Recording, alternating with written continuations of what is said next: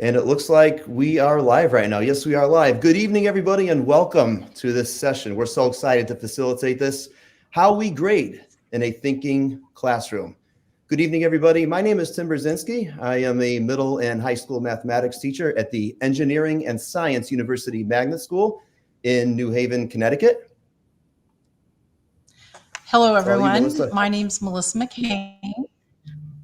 I'm an instructional coach at Franklin, Indiana, and I'm definitely passionate about sharing how to build thinking classrooms. Hi, I'm Abby Bates, and I am a math teacher. I teach high school in Stockton, California, and I am one of the admin of the Facebook group. So thanks to Tim and Melissa for being willing to share your session here with all of us tonight and beyond the Facebook group. So I'm excited to be here. So I'll just be here in the background. Awesome. And by the way, congratulations for reaching 50,000 members in that group. Like, was it a month ago? That was pretty awesome. Yeah. And if you're joining us, whether you're joining us on YouTube, maybe from Facebook or Twitter, no matter what, let us know where you're from in the comments there. We'll throw them up there. And we've been looking forward to that as well. We are really excited to do this. Let us know where you're from, what you teach.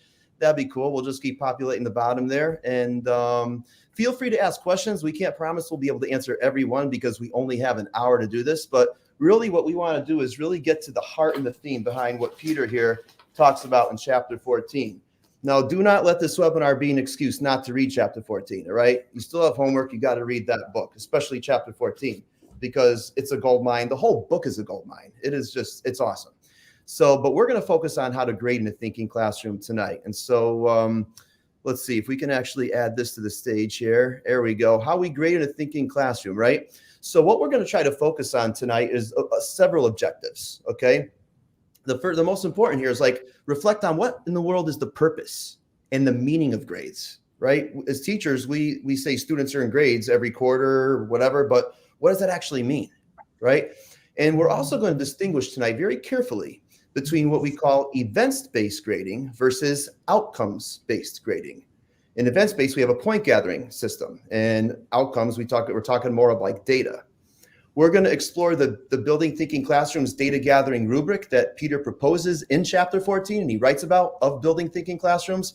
And we're going to share how we can actually automate the grading process for BTC to make your lives as teachers a whole lot easier. So. All right, so let's take a few minutes together and think about what does a student's grade represent. If you would, take a moment and think about what you would type in the comments about what does a student's grade represent. Now, I already know I'm going to get some questions, and the question is going to be, Are we talking about what should it represent or what does it represent? And you can go either way. But let's see what comes up in the comments of what does a student's grade represent. This is very different, Melissa, from when we did this at NCTM 2 weeks ago. We had a whole audience of teachers who could not stop talking about this, but it's very different virtually. But what does a student's grade represent, or what should it represent? Don't be bashful. Feel free to type in the comments there if you want.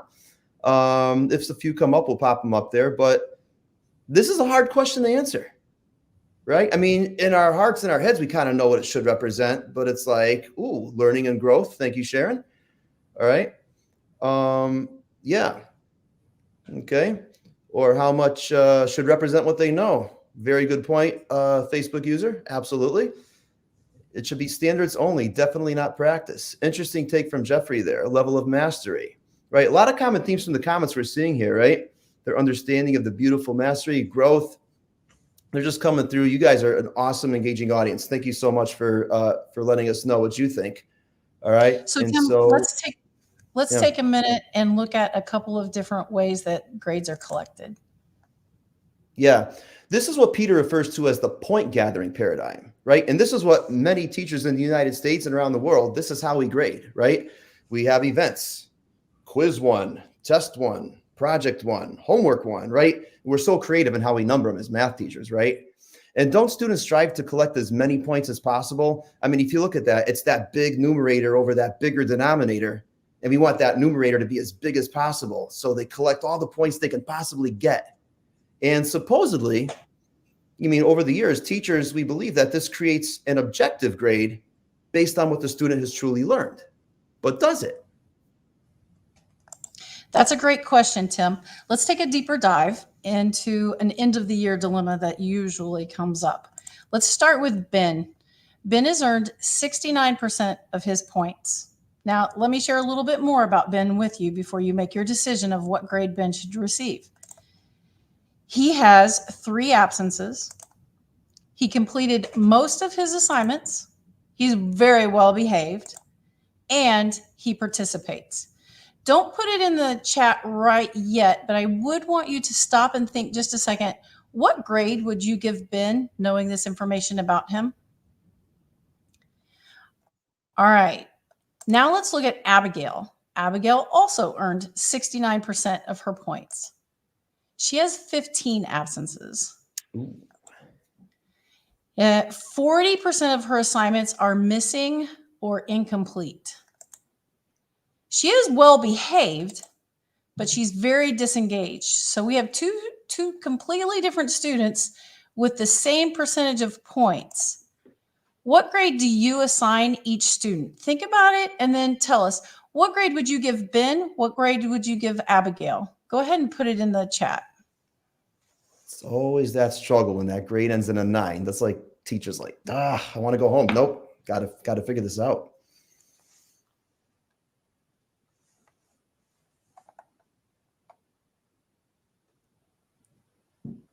Interestingly enough, not enough info. We don't know. Facebook users onto something there. I think there's a lot of people named Facebook user on this thing here, but let's see. For real C&D. Yeah. You know, it's interesting because when Melissa and I facilitated this, we gave this session, and we were so psyched that Peter actually joined this session 2 weeks ago at NCTM. But we had a lot of people. Okay, interesting. We had a lot of people, actually half and half. And my colleague William McKinney and I, we facilitated this in Maine at the New England Math Teacher Conference, and half the room was like, one is at 69, the other's at 70, and the other's 69, the other's 70. So we had teachers here and here, and some teachers were both up and some teachers were both down, and some teachers were doing this, right? And so that's a great question, Jennifer. Does the grade reflect what they know, right? Supposedly, again, it's supposed to be objective, but does it? But let's talk about objectivity, shall we? Objectivity, as Peter defines it, or if you Google it, right? It's expressing or dealing with facts or conditions as perceived, without distortion by personal feelings, prejudices, or interpretations. We have to leave our personal bias aside. Yes, Ben is a very hard worker. Can you go back one slide really quick, Melissa, please? Ben is a very hard worker, right?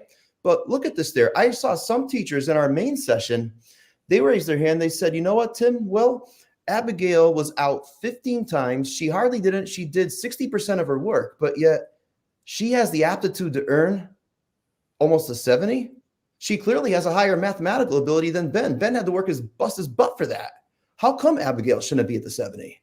And then other teachers were arguing like, no, well, the work ethic is part of it. And so every teacher has their own personal feelings about that. They're bringing into that. And that creates a problem because what is truly objective about it? Nothing. When we grade events, quiz 1, test 1, project 1, where objectivity goes right out the window because we're only looking at a limited picture, right? There's distortion there. Let's keep going. All right, so let's take a little bit closer look at objectivity. Let's all go skydiving. And together we will go, but individually you get to pick who packs your parachute. So check out Abigail, Ben, and Charlie. Who would you choose to pack your parachute?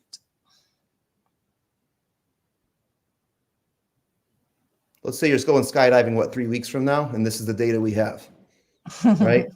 A little bit of time to consider. Yeah.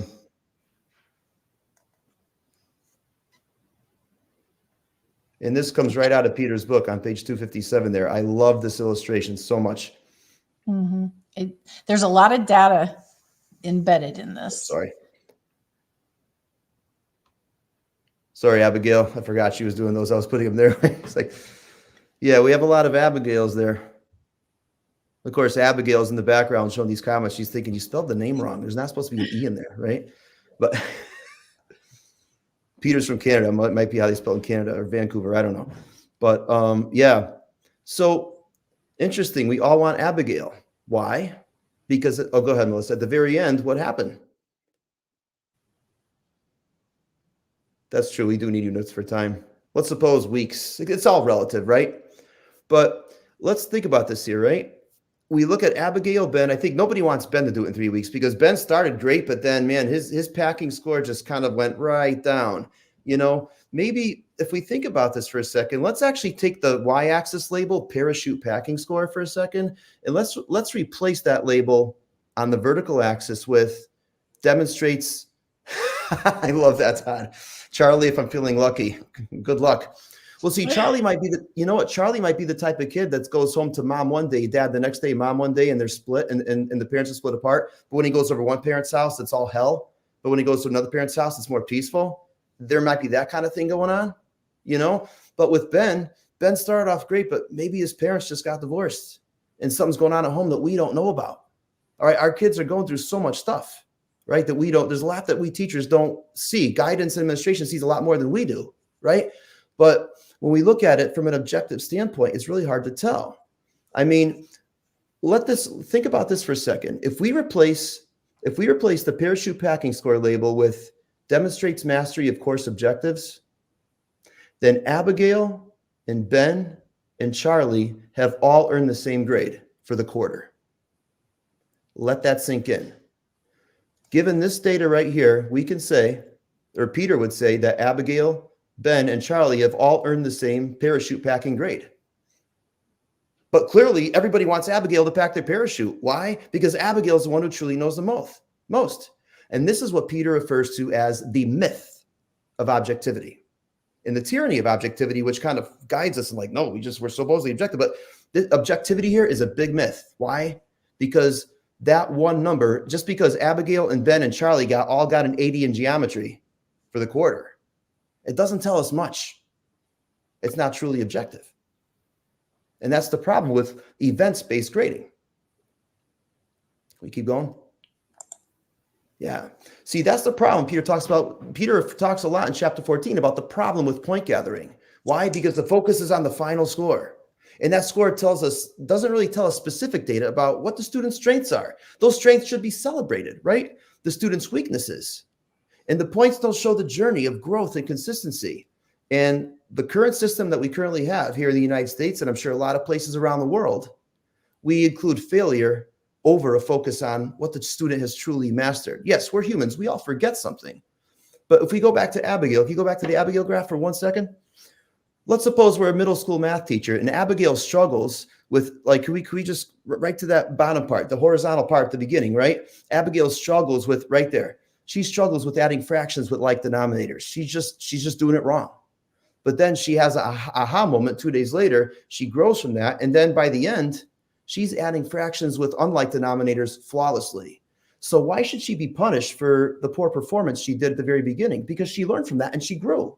So why does not her final grade reflect what she truly has learned? That's the problem with events-based grading. Abigail has an 80, but her grade should be much higher. All right, let's keep going. So what alternatives are there? Well, what we're going to talk more about today is the data gathering paradigm. And so it's outcome-based instead of events-based. It's focused on data collection, not collecting points. It recognizes and rewards consistency, sustained progress, and growth, not failure. So what does that look like? All right. That's my slide, right? Okay. Yep. Yeah. So in chapter 14, Peter introduces this newer type of rubric. We call it the thinking classroom approach rubric here. You see right there on the left side, we have objectives. They're actually not events. All right. So we just go ahead and keep. Oh, wait, I was going to share my screen there. I apologize. Let me go here. Add to the stage. Never mind. Let me see here. I'll add this to the stage. Sorry about that. And it was right over. I should have been prepared. Here we go. Let me go to present. All right. Can you see my screen okay? Yes? Yes. Okay, good. So right here, right, the thinking classroom approach, right? These objectives here. Notice immediately, this is not an assignment name. right? Right over here, I'm not going to put test 1, quiz 1, homework 1. These are not events anymore. These are objectives that students need to master. Okay, so here's an example from Algebra 1, right? Here's typical. Now, I write it more specifically in that, but for the sake of illustration, to keep it in 3, here we go. Now, right here, Peter describes 3 attainment levels at which the student can demonstrate mastery of an objective. All right, or they could demonstrate knowledge individually, as he words it, right? So they could do it at the basic level, which he denotes with as a score of 2 in his book, and intermediate level with a score of 3, and advanced is scored 4. So if you look at this in a nutshell, right, here are some examples of different types of exercises students can solve in Algebra 1, say, to try to demonstrate, to try to show the teacher, hey, they can demonstrate knowledge individually with solving any one of these equations. Okay, so if that makes sense. Now, why are intermediate and advanced grayed out over here? Because I think most teachers would tell you, look, if it's a one-step equation, that's so freaking easy, right? The only kind of question I can give my students here is, the only kind of question I can give my student for this objective is a basic question. These really don't exist for that objective, okay? But when it comes to multi-step equations, sure, we could ask them basic questions, intermediate questions, and also some maybe advanced questions. See how the variable's only on one side here, the variable's on both sides here, and the variables on both sides, and we got some distributing to do. You see what I mean? There's a lot more involved in the advanced problem. All right. So now, Peter describes students demonstrating mastery needing to be based on what he calls consistent attainment. Okay, we're going to get more into details of what that means in just a little bit. But what is the weight of each objective? I think I might have answered that already, right? Now, since for the basic level, right, a basic problem is only worth 2 points, so the student can only earn at most a 2 for that particular objective. Again, we're not going to say how we're going to get into this part after. Melissa's going to take us on the journey for this column, but we're just going to focus on what those like mini denominators are. Okay. So for a 2-step equation, the highest possible score a student could actually earn for that objective would be a 3. And the reason being is because there's no advanced problem exists right now for this objective. So therefore, it's not as easy as a basic, but it's, if that makes sense. All right. Now for a multi-step equation, if students can actually master like the hardest problems, well, then they would get the 4 out of 4 eventually. But again, that makes sense. And so now the big grand denominator here is 9 because the sum of those numbers is obviously 9. So this is what it's starting to look like. But the big takeaway I want you guys to get from this, is that we're no longer grading events. I'll say it again. We are no longer grading events. We are grading outcomes. Students demonstrating mastery of this knowledge demonstrated individually for this objective, that is an outcome. This is an outcome. This is an outcome. We're grading outcomes now. All right, Melissa, it's on you now, right? All right, so we're going to move on from Tim's discussion of what we're grading, which is outcomes, to how we grade them. So how can we more objectively track student data? Peter gives us in the book a set of symbols, and the symbols yield valuable data. They are come from the seeing the objectives within classrooms. And so they're marked several different ways. Let's look at the top set here. Notice you see 3 checks. All of them represent knowledge demonstrated individually by the student. So the first one might be your more traditional outcomes of maybe a test or a quiz or an exit ticket that a student demonstrated knowledge individually on. But notice the check with the O. It doesn't have to be that test. Remember, we're getting away from limiting it to events only, and we're opening it up. So this check means they demonstrated knowledge individually in an observation. So you observed them doing it. The next one is knowledge demonstrated in a conversation. So maybe you heard them have a conversation with another student where they were demonstrating the knowledge, or maybe they had a conversation with you. Any of those will count because we're not held just to the event. So all of those would count towards mastery. Let's look down at the bottom real quick. A couple other symbols are the X. The X means they attempted it, but they did not get it correct. So any incorrect markings could just be marked with an X, and those do not count towards mastery. Notice they also don't include the failure in mastery. They're just not counted towards mastery. And then the other one is an M, and we know there's a big difference between someone like Ben, who might have started it but got it incorrect, and Abigail, who was just disinterested and didn't start it. So we want to keep those markings because the symbols yield valuable data. Exactly. Now these three in the middle, we're going to talk more about those as we go along a little bit, but notice we haven't told you whether they count towards mastery if the student makes a silly mistake or they receive help during the observation, or even if it's at group work, because that's kind of, you are the professional, and what you see going on, you need to decide if they're showing mastery. And we're going to show you a little bit more about how you have that control over the situation. So let's look at Abigail again. And here are some objectives that we're going to be grading. Notice this isn't a test, it isn't a quiz, it's an objective. We're going to be looking at the objectives. So we have 3 objectives here for Abigail. The first one is to evaluate an expression using substitution. I want you to look at the markings that we just talked about. I'll give you one quick glance back. Well, should we describe what do you want to describe what actually constitutes for the white wording on the left? Oh, yes, definitely. I was getting there. So, I'm sorry. No, you're fine. So we're looking at the markings, and we know that from the chart, the first one, any check means they demonstrated knowledge individually. So when you look at this, the other thing you need to keep in mind is what Tim was pointing out, that mastery of any objective means that they have 2 consecutive check marks. And Peter does a really good job of explaining how he came to that number of 2 consecutive check marks for consistency in order to show mastery. So years that's of research. Years of research coming out here. So if you look at Abigail's, what grade do you think she would get for this first objective? That's right. She'd get a 2 because we see 2 check marks here together. Now we could have quit looking at that point, but this teacher went ahead and wanted to get a little bit of extra data, and that's fine. But when the student receives 2 consecutive check marks, they've earned that level of mastery. So let's look at the second objective, simplify an algebraic expression. What do you think when you look at these? What would you give Abigail?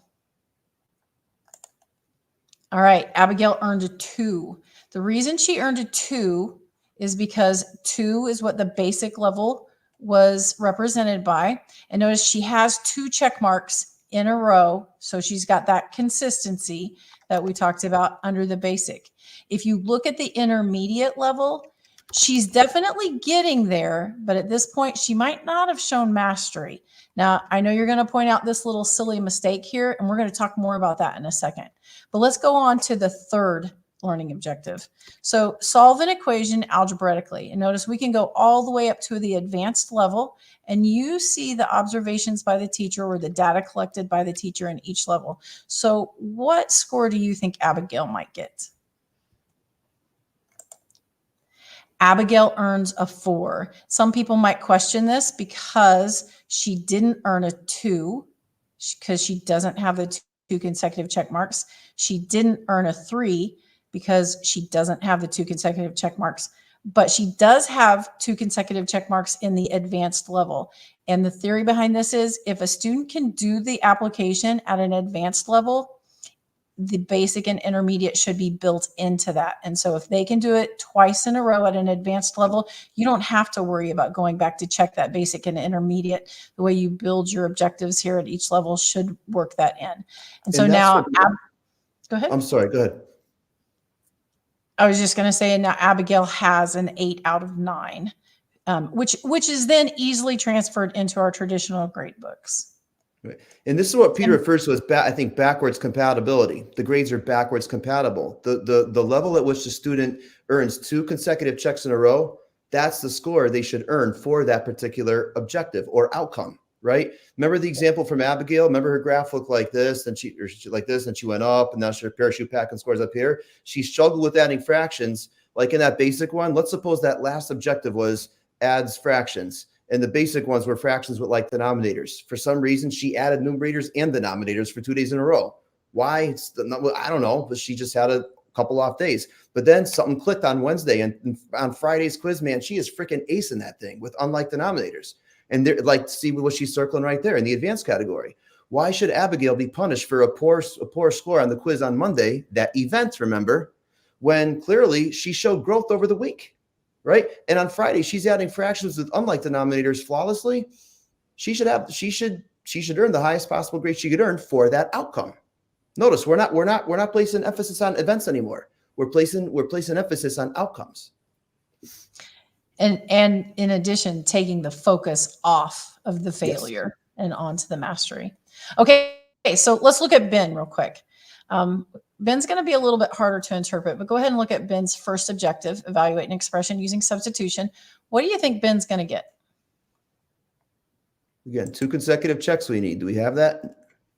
Yeah, we don't have those consecutive checks. But notice he didn't get a 0. And the reason Ben did not get a 0 is because Ben is working on this. He is making progress. He is sticking it through. So if a student has started working on an objective, they're going to at least get a 1. They can't show the mastery in any level until they've got those 2 consecutive checks. But as soon as they start working and showing some progress on it, they're going to get the 1. All right, so let's look at the next objective for Ben. What do you think Ben's going to get on this one? Hopefully that one was pretty easy. Ben got the 3 because he has 2 consecutive check marks right under the intermediate, which was worth 3 points. And so that ends up with a 3.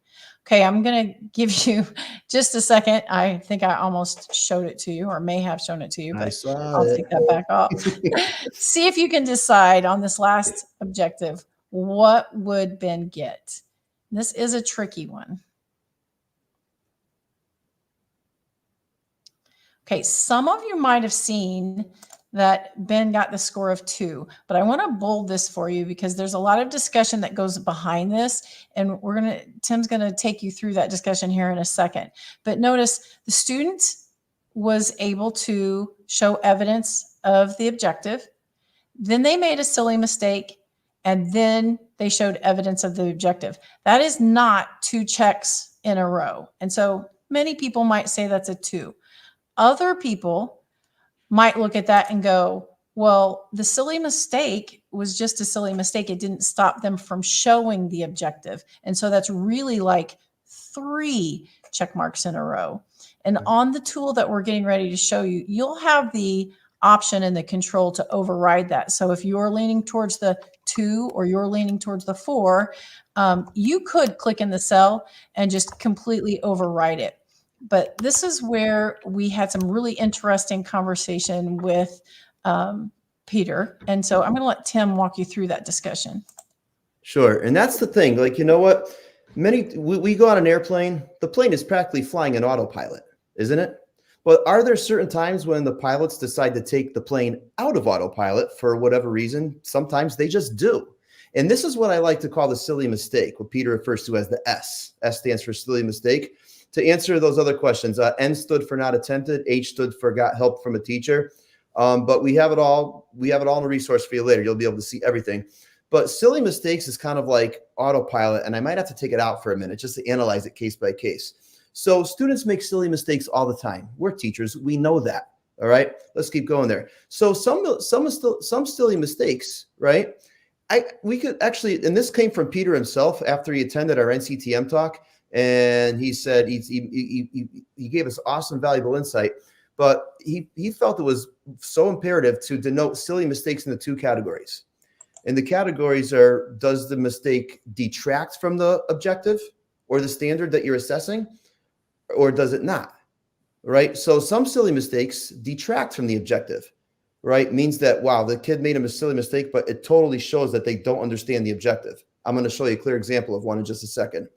Some silly mistakes don't detract from the objective. All right. So let's take a look at one.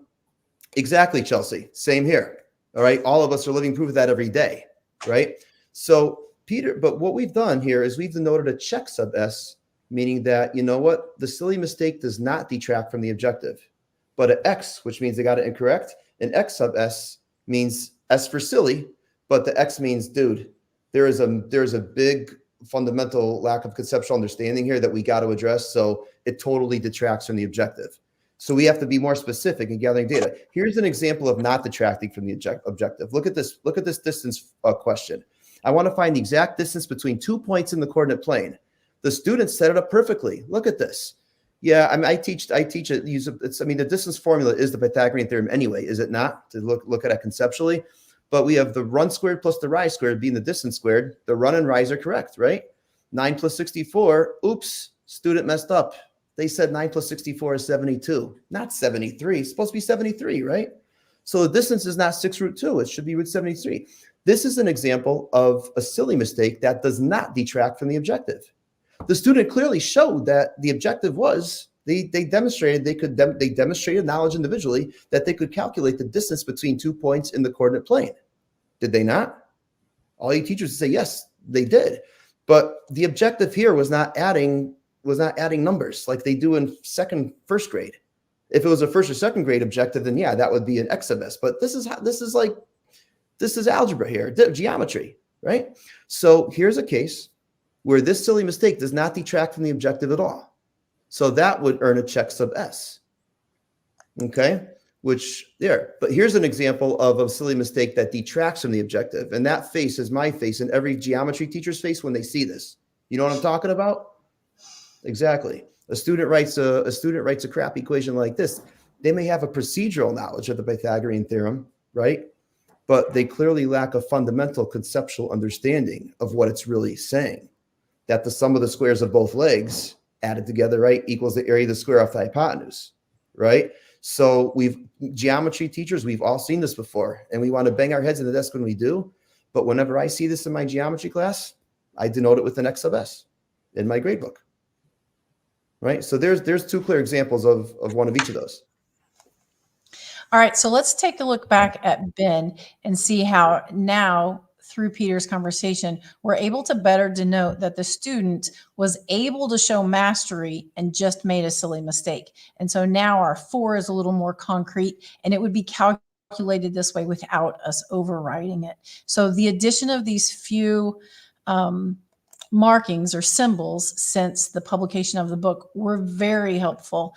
And in conversations in past presentations, there's been a lot of questions about, well, what if I wanted to mark this or what if I wanted to mark that? And so you're going to see once we take you into the tool that not only are all these symbols that Peter has walked us through, including the check of S and the X of S available, but we've also left a little bit of space for you to add your own custom symbols. So we hope that that's helpful to you. Absolutely. Was this your slide or mine? I forgot. It's late. I think it's mine. Okay, Whose idea was to have this at 9 o'clock at night? Right. We all live there's people in Australia watching, so I'm a little jealous, but go ahead. It's not 9 o'clock everywhere, is it?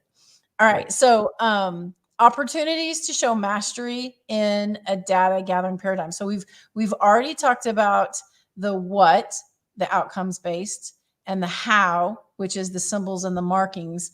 But now is the when. So when can we gather this data? And notice some of the traditional settings are on here. So if you give a quiz question and a student shows mastery of an objective in that quiz, well, then mark it. If you give a test and they show that, mark it. But notice those don't have to be the entire quiz and they don't have to be the entire test. I know repeatedly, if you ask teachers what they need more of, every one of them will tell you time, and that they spend so much time testing. Stop. Test what needs to be tested. Get the evidence that you need, and don't hang around in that traditional zone any more than you need to, because there are other ways in the outcome-based grading paradigm that we can look at. So one of those is a one-on-one conversation. And I want you to note this asterisk because we're going to come back to that with a really good example in just a moment. But one-on-one conversations with a teacher, if you can have a conversation with a student and they can talk you through understanding and showing mastery, don't penalize them for maybe a lack in their ELA skills as far as showing mastery in math. Let that shine through. Other ways for getting outcome is teacher observations during individual work time, or teacher observations during group work time. Once again, if they're working in a group and you see that the whole group got the answer, well, you might just mark it with a G. But if you walk up in a group and there's one student explaining to the rest of the students how to show mastery, well, then check them off and give them that mastery demonstrated individually. Notice there's an extra bullet point here, because when you take away the limits, the traditional limits of they have to show it on a quiz or they have to show it on a test, and you open that world up for them, they'll come up with a lot more ways that they'll start showing you mastery. And it kind of puts it back in the student's control, that they have that option of, how can you show me that you've mastered this objective? Puts a completely different feel on it for not only the teacher, but the students. Exactly. So I'm not sure how well this is going to come across here, but I just want to give you an example of what a check sub C looks like. Now, I'll be honest, I've actually used this. I started using this starting a few weeks ago. I totally am grading this way. I no longer grade events in my middle and high school classes in New Haven, Connecticut. I grade outcomes. And honestly, it has helped me be more sane as a teacher. It's helped me become more focused, and it helps me flexibly and effectively differentiate every student's level of active engagement within the curriculum. Now, I know for a fact that not every student in the class is going to be able to do a 4-level problem. Now, I will maximize those opportunities for growth over time, right? Totally will. And I'll always have the attitude of what I heard at CAMT, the CAMT conference down in Texas when I was there. I went to Ian Vandersnee. He's a math teacher, I think, in Illinois. And I love what he said in his session. He said, you know what? He said, as traditional teachers will tell students, well, you clearly never demonstrated knowledge of the Pythagorean theorem. His attitude is, with this kind of grading system, no. It's like, listen, I believe you could do the Pythagorean theorem. You just haven't demonstrated to me that you can do it yet. So let's do it. You know, it's a whole different heart and mind and philosophical change, which we'll get into soon. But here's an example right here of a check sub C through a conversation. Now, Melissa's going to take it and I think maybe full screen it if she can. I don't know how the sound quality is going to come out, but Abigail, if you could actually drop that link in the chat right now, just in case it doesn't come out good here, people can watch it in another tab. That would be wonderful. Please. Okay. Can we get sound on there, Melissa, or no?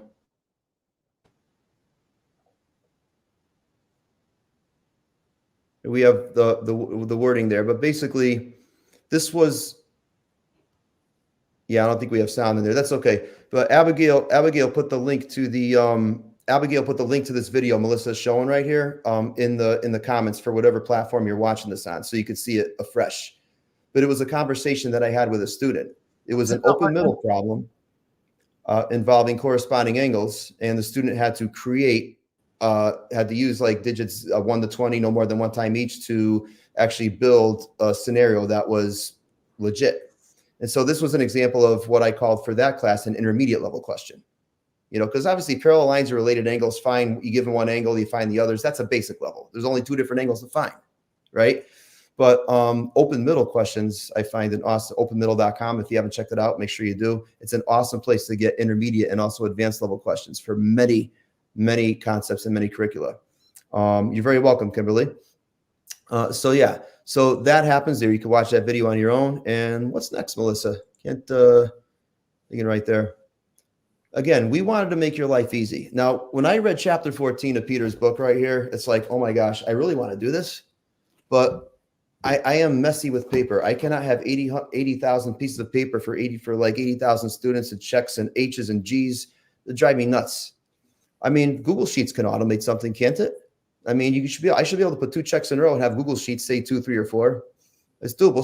So during IXL, we're required to do IXL testing in New Haven, Connecticut for a diagnostic benchmark. So I had some extra planning time on my hands. So I started playing Google Sheets.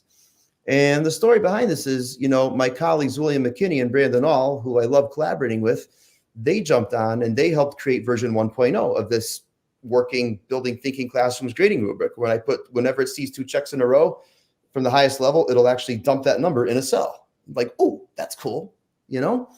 But then when I met Melissa at the ATM&E conference in Maine a month ago, or a little over a month ago, it was actually less than a month ago. It's been a short time. But she said, hey, can you email me that Google? I have some ideas, and man, her Google Sheet wizardry skills are like freaking off the charts. She blew me away.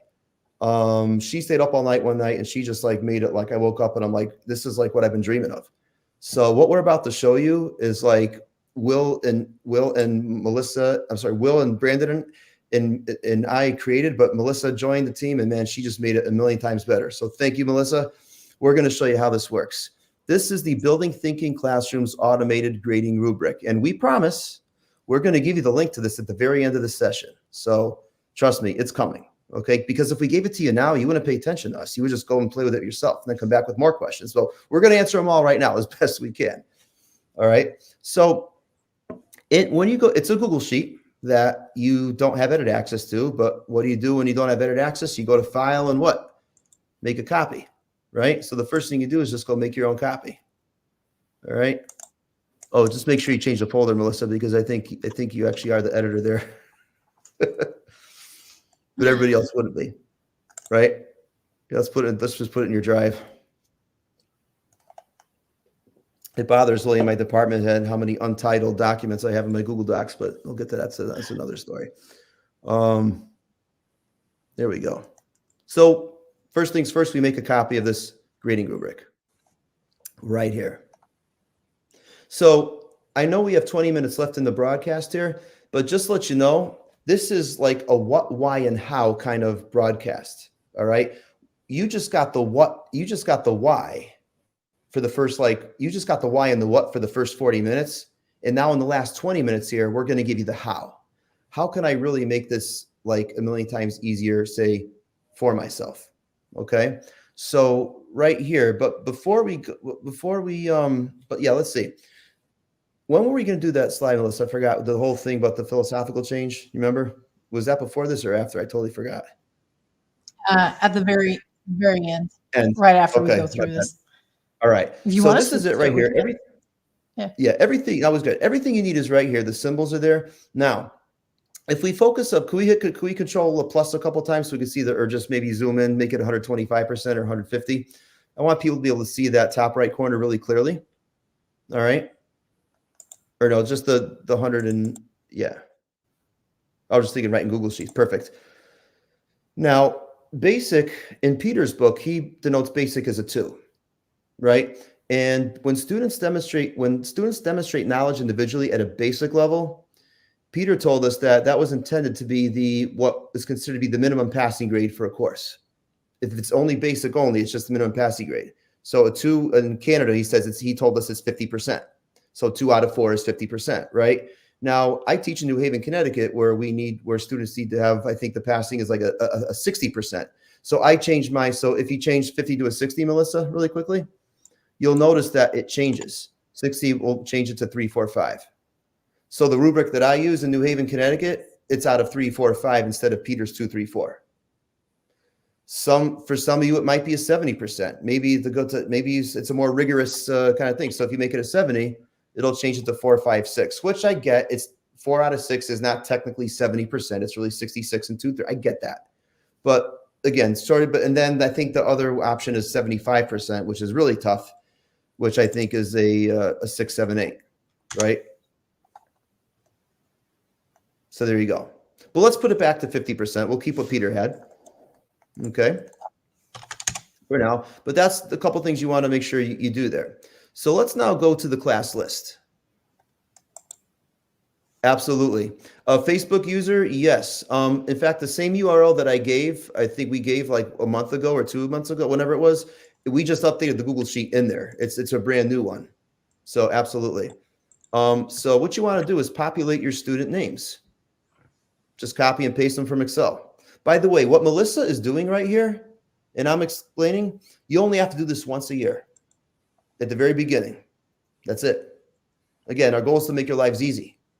So we have a class full of several students, Brandon, William, Melissa, me, and Peter. And we have a few extra names, which we'll get into the why after. Okay. So now let's go to unit details. Okay. Here's our first unit. We're just going to copy and paste to keep it quick. And I just realized those objectives do not even go with that unit, but that's okay. It's just for the sake of illustration, right?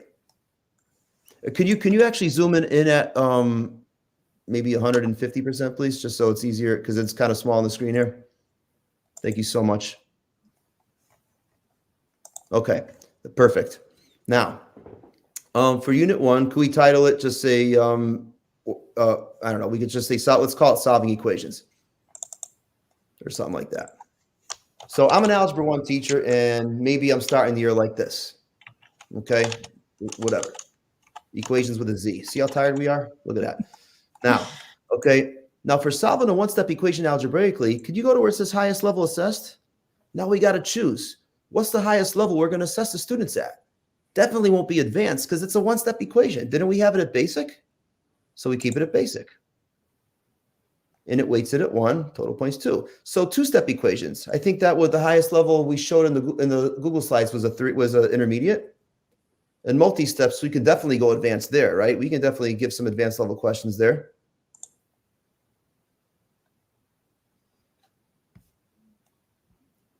All right. So now, there we go. Now, also to let you know, when Will and I met with Peter after our first time we did this talk, I think in Maine, Peter said what would be really cool is if we could weight the objectives, right? Because not all objectives are weighted equally in any unit within any curriculum. I think teachers would agree. So maybe just for illustration, we're going to keep it at 1s by default, but Melissa, can you change that last one to a 2 just for ha-has? And see how when we change it to a 2, see how that 4 changed to an 8. If we change it to a 3, it'll make it a 12. You know what I mean? Anything that's gray auto-calculates. Don't touch the grays. Only touch what's in blue, okay, to make your life easier. All right? All right. So that is that. So now, if you go to the master template, look at this. See? Let's zoom out just a little bit.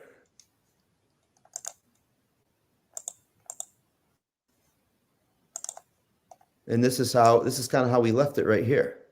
See what I mean? And right off to the right side, hey, we still have what the symbols mean, so we could just see it for a nice, easy reference. Okay?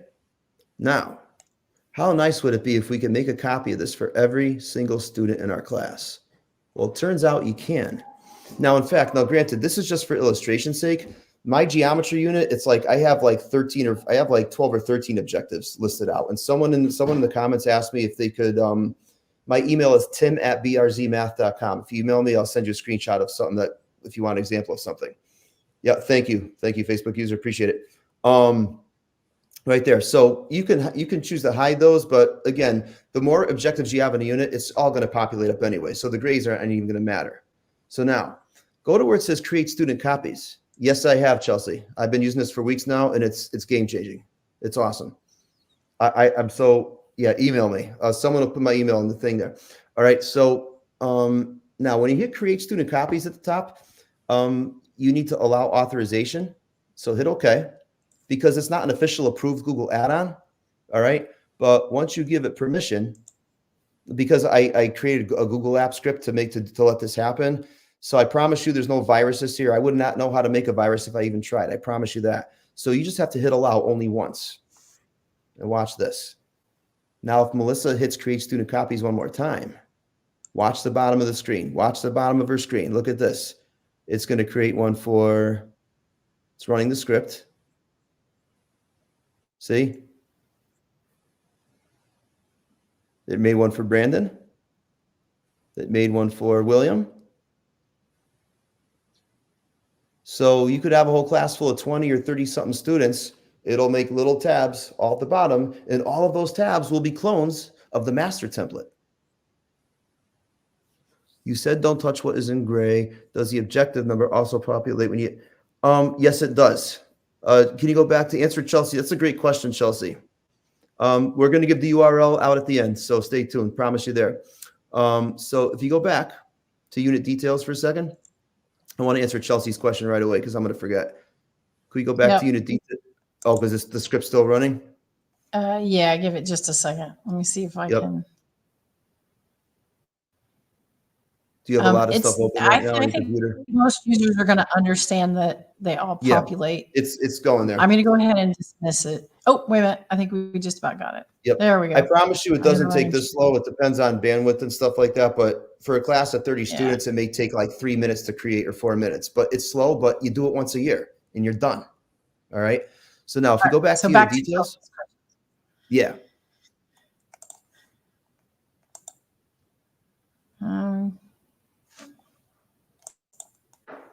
You want me to? I can screen share if you want. Yeah, you might take over mine's because it was running the script in the background. Okay. Let me just see here for a second. Can you actually email me that? Can you send me the link? Could you make me an editor of that really quickly? And I'll just go to Google Sheets and get it and share.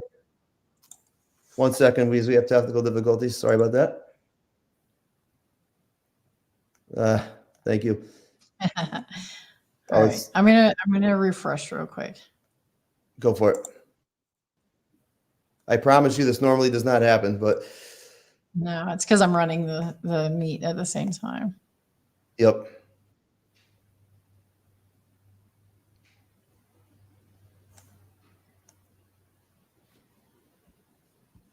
But to answer, yeah, let me just go get this thing here, building. Here we go. I think I could find an extra copy here. Just 1 second. Copy. Right. Oh, you got it? I think I've got it pulled up now. Okay. It's low. Yeah.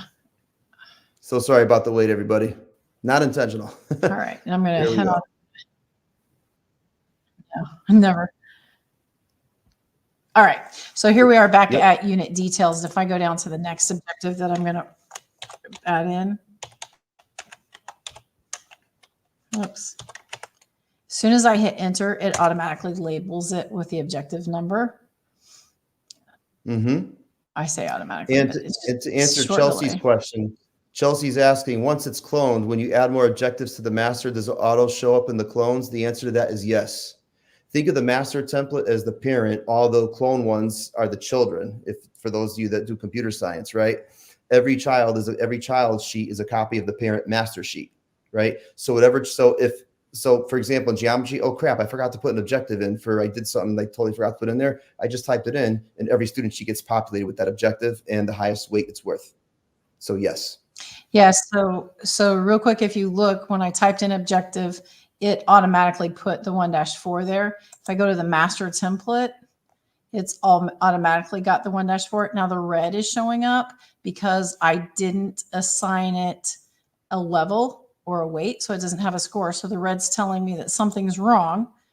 But if you look, then also it updated it on each student one. So yes, as you add objectives, they'll automatically show up for each student. Exactly. Okay. So exactly. So now if we give Brandon grades or something like that, could we zoom in a little bit? Mm-hmm. Maybe like if we go to 150% or something, or 125 maybe. Yeah. How's that? There we go. That's better. Yeah. So let's just show how this works here. So for the first one, could you just put like a check, and maybe an X, and then an H. Oh, they got help, right? And then let's do a check through a conversation, or what? It doesn't matter, right? 2 check types. Watch that one. Now it's going to become a 2. Why? Because there's 2 consecutive checks there now.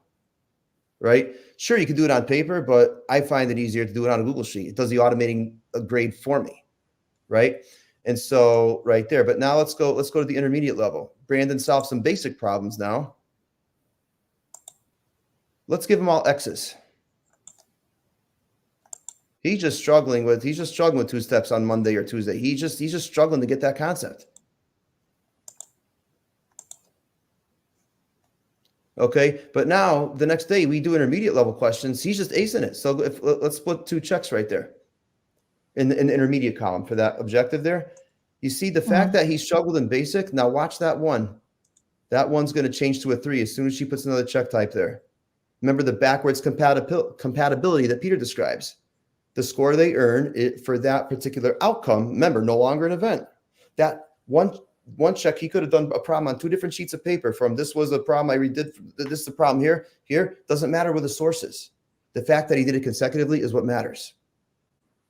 All right. And in addition, Tim, if a student were to come out of the gate showing you an advanced level, you can go ahead and mark them.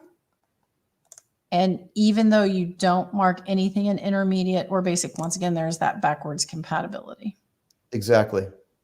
So it's built in, so that it makes your life easier. And the only hard work you got to do when it comes to this. So what I personally do now, granted, my units are like filled with 10 to 12 or 13 or 15 objectives. There's 15. I think there's 15 room for 15 objectives for each unit. In the first geometry one, I have, I think, 10 or 12, right? So that big denominator, Melissa says 13 out of 13. My big denominator is like, I think 56 or something like that. So I use Power School like many of you do, right? So what I do is I take that 56, I'll double it to maybe like 112. And I'll take that numerator and double it, right? And so now it's like, so I basically make sure that in Power School, the biggest events, because Power School is only an event thing unless you use standards-based, which our school doesn't. But because I use because Power School is structured as events based, you know what I mean? I make sure that the biggest chunks of that quarter grade are the outcome grades that I get here from my rubric, if that makes sense. I'm required to give little mini district quizzes, like 14 points. They're like 10-minute quizzes, check-ins. I got to record data for the district. I'll put those mini events in there. So I'll do some mini events, but the biggest part of the grade for coursework is outcomes. If I have a denominator of 30, I'll triple it to 90. You know what? No one says you can't do that. You know, I've had teachers tell me, well, I have administrators that tell me they got to give a grade once a week, at least once a week. Well, then maybe you can grade them on active engagement during class. A 4 out of 6 is like a check minus, a 5 out of 6 is like a check, a 6 out of 6 is like a check plus. And the 3 out of 6 is they don't get off their phone and engage. Again, you could be creative in how you do this, right? But again, Tim, yeah. I noticed that Chelsea made a comment asking about the 10 units. So yeah, if you scroll down, there's enough for 1, 2, 3, 4, and it goes down to 10. So there's space for 10 units. And we thought that was broad enough that it covered most, but we understand that each school has their own little oddities.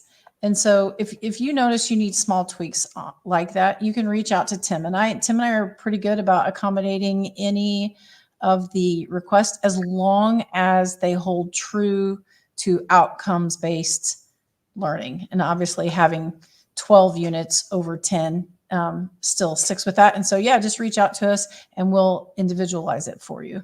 Yeah. For this year, I would say no. I would just say you might have to copy. You just have to, for the 2x for the 3 or 4, we use Sabbath too, but for the 3 or 4x for the couple extra units, I might just say clone the sheet again and have 2 of them.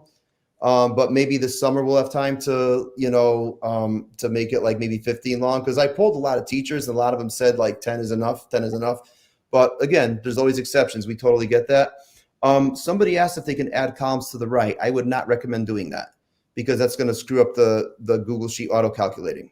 Now, we forgot to mention one thing, and then we'll kind of like be done with our part. And before we give you the link, but you see how it says after unit right there under basic and intermediate, you have an after unit. This was based on Peter's recommendation, by the way, very valuable advice. But the after unit columns are simply this. Let's suppose a student just struggled to solve multi-step equations for whatever reason, but then 2 units down, they are blossoming. They're they're off the charts. Well, Peter would say, you know what? Just because they didn't earn the credit back then in that unit up there, why can't they earn it right now? Again, if we're placing emphasis on the outcomes and no longer the events, events have to do with points in time. Time is kind of irrelevant here. So if the student demonstrates mastery later after the unit, that's why the label is after unit. Then, for example, those 2 consecutive checks right there, there's 2 extra spots for you to show that, hey, and notice the options. Show it again, Melissa. Show it again. Yep. See how the X's aren't there? That's only if a student demonstrates mastery after a unit. Because those are the 3 check types. We have to put a check sub S in there. I just totally forgot, but that's coming. But But we could do that easily. But see what I'm saying? But there is no link between 5 and X1, just FYI. The link between column 5 and X1 is broken because those are technically two disjoint points in time, which is not consecutive.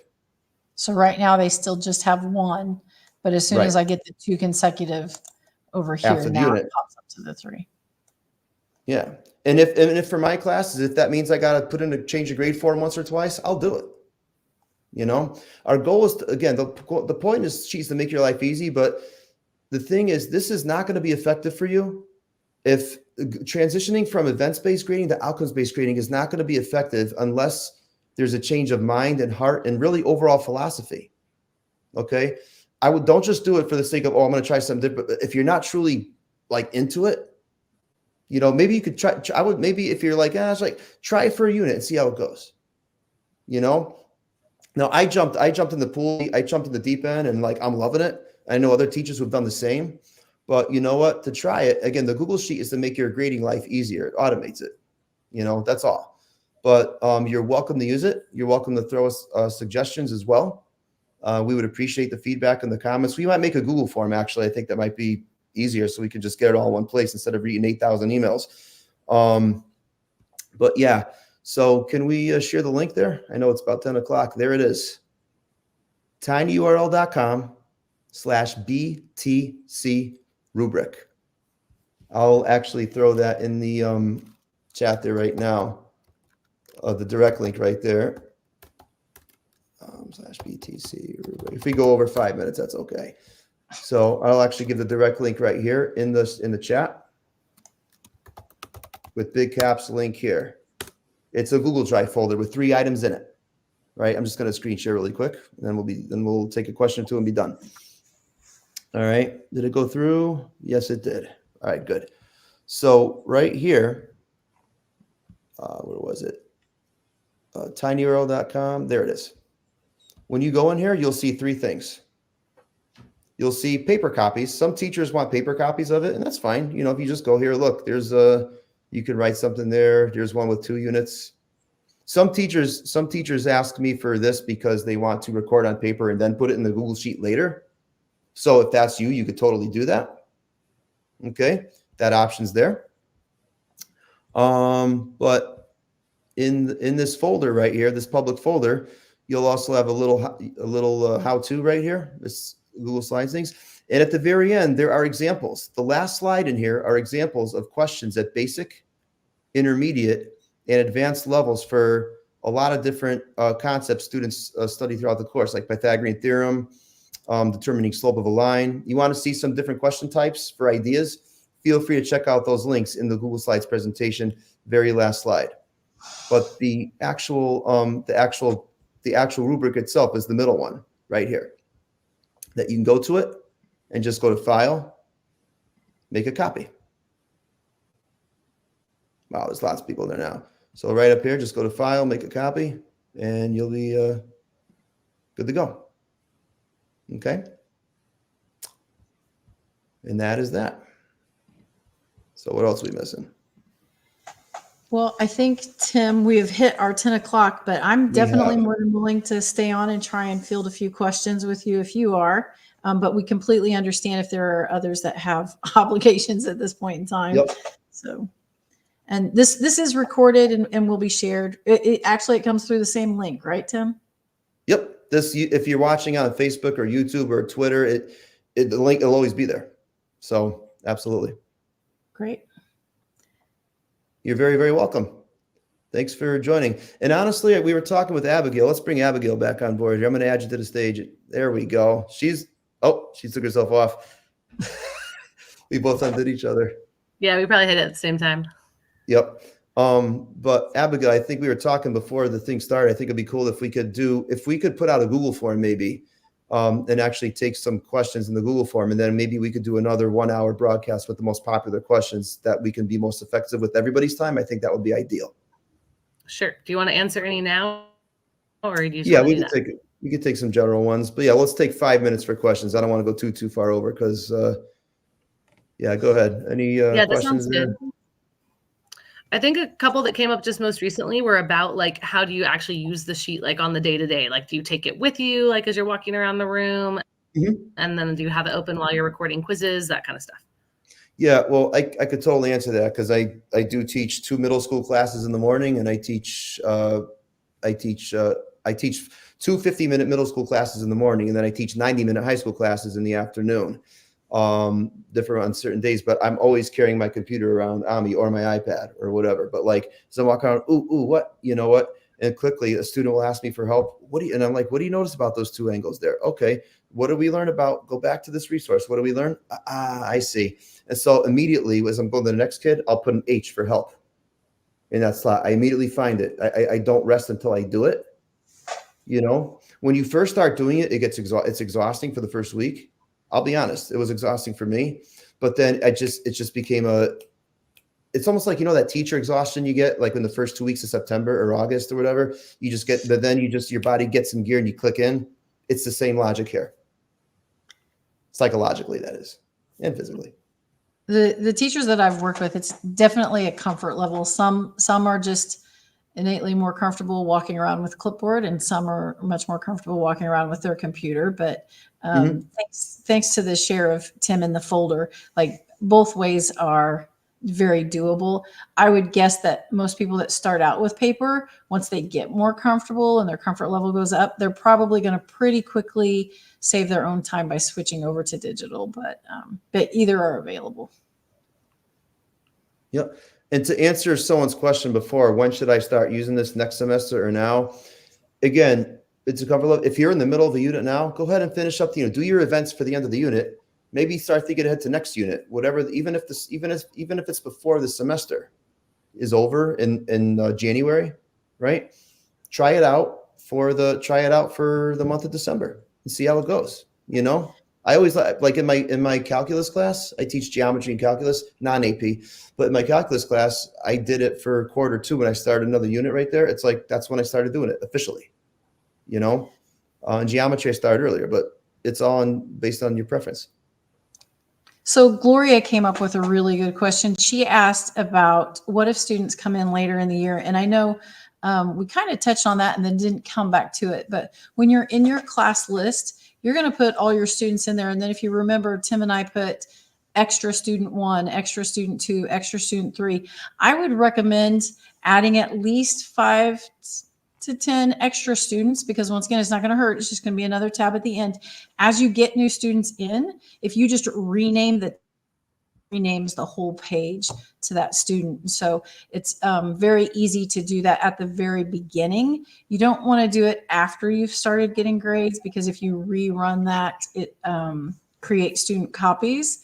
It will override the sheets that are there. So when you're first setting it up at the beginning of the year, go ahead and just put 5 to 10 extra students in there so that you're covered. And as you get another student, is simple as renaming that tab. Right. In fact, in New Haven, Connecticut, we get lots of new students all throughout the year. So I make like 5 or 6 extra students that I have all at the right at the end of that Google sheet. And sure enough, a kid comes in. Well, they may have the first 5 units, there's empty, but then I start at unit 6. Okay. They came in January, February, whatever, you know, because otherwise you have to create student copies. You'll make a bunch, you'll have to delete again, but keep those extras there. It'll make your life a lot easier. So just to give one more question, since we're trying to keep it short, most of the other questions that came up, there's kind of a couple things, but mostly they all revolved around like creating the learning targets or whatever you're calling them on the side of the objectives. So most of the questions were about that, like how do you break down the skills? Is it like standards-based grading? That kind of things. Go ahead, Melissa. If you want to, I'm just going to find something and look at his first screenshot that I could share. But go ahead. Yeah, I think that really goes back to your school setup and your work within your school on learning targets, or how you have your objectives set up per your units. But a piece of that is sometimes I've suggested to people that the units could be a unit and you go through your 10 units. Other times, depending on how you've set it up, it could be like if your standards are very heavy, depending on which state you're in and which standard you're talking about, that can happen a lot to where one standard might have 10 learning targets. Well, change your unit to the standard and then outline everything the student needs to be able to do in order to meet that standard. So those become your learning targets, and then you can follow through standard by standard. So unit is a very loose term, and you decide within your curriculum mapping in your building, like what you want that to relate to. So there's some flexibility there, but yeah, it really depends on the work you've done within curriculum mapping in your building. Absolutely. Yeah. And I'll just show you one thing really quickly here. Totally not complete at the moment, but let me just share this here and go here. Can you see that? I just took a screenshot of a student in one of my geometry classes, a high school student who, struggles quite a bit. But look at just for an example here, look at, again, am I a perfect objective writer? No way. But this is what I tried to come up with here for at least, again, I was doing this in a rush trying to think, but I wanted to identify angle pairs. Obviously, that's a basic question. There's no way on earth that's intermediate or advanced, right? So obviously that's easy. But then, okay, now I want to algebraically determine the measures of angles formed by the transversal cutting parallel lines. And I'm thinking, well, the basic category is just they get one angle, find all the other 7, right? That's pretty easy. Intermediate ones, they have x's and x, like 2x plus 3, whatever. And then I have some more advanced ones where they got to create their own in an open middle style. Again, go to openmiddle.com. It's an amazing site you can get a lot of advanced level questions there. Open middle, triangle angle sum theorem, different ways to talk about it. Today my students learned the triangle exterior angle theorem, right? And what I did here, this class didn't do it yet. They're doing it next time. But what I did here with one class is like basic. I just gave them, I don't use IXL a lot. But for a little bit of IXL that I do, I'm walking around the room. They're answering. It's like 26, 35. What's the sum? Exterior, right? They're just answering them. But then when they get to the algebra ones, I told them, hey, work it out on paper. And then when you're about to type your answer in, call me over and let me know. I just want to see IXL stay correct. And it did. So then I marked it as a check. Oh, I observed it. I see the work is there. Okay. Again, am I perfect at doing this? No. Am I getting better? I think so. I hope so. But I'm going to learn and grow from this just like the rest of you, and we'll see how it goes. I want to field one last question from, sorry for my old eyes. I think it's Irma Gonzalez. And she's talking about like, what's the difference between how you would use this rubric with 4th and 5th grade or elementary in general. And I'm going to say it goes back to your objectives. Once you know your objectives and you can fill those objectives in, then the rubric works the same. And you're really just looking for that mastery. And so it goes pretty smooth. So jump in, try it, put your objectives in there. And I think you'll be pleasantly surprised with the outcome. Cool. Well, thank you, everybody, for being an awesome, fun, engaging, and very interactive audience. It's been a pleasure. We'd be delighted to do this again, but we'll send out a Google form maybe in the Facebook group for sure, and I can put one on my Facebook page as well, and on Twitter, and we'll see what we can do. So to help answer your questions. So thank you so much. Thank you. Yes, thank you so much. And thank you, Abigail, for running the show behind the scenes. And I'm sorry for tripping over your feet there a few times. No, you're good. Thank you guys so much. We really appreciate it. Oh, our pleasure. So have a good night. Have a good morning. We'll catch you next time. Bye-bye.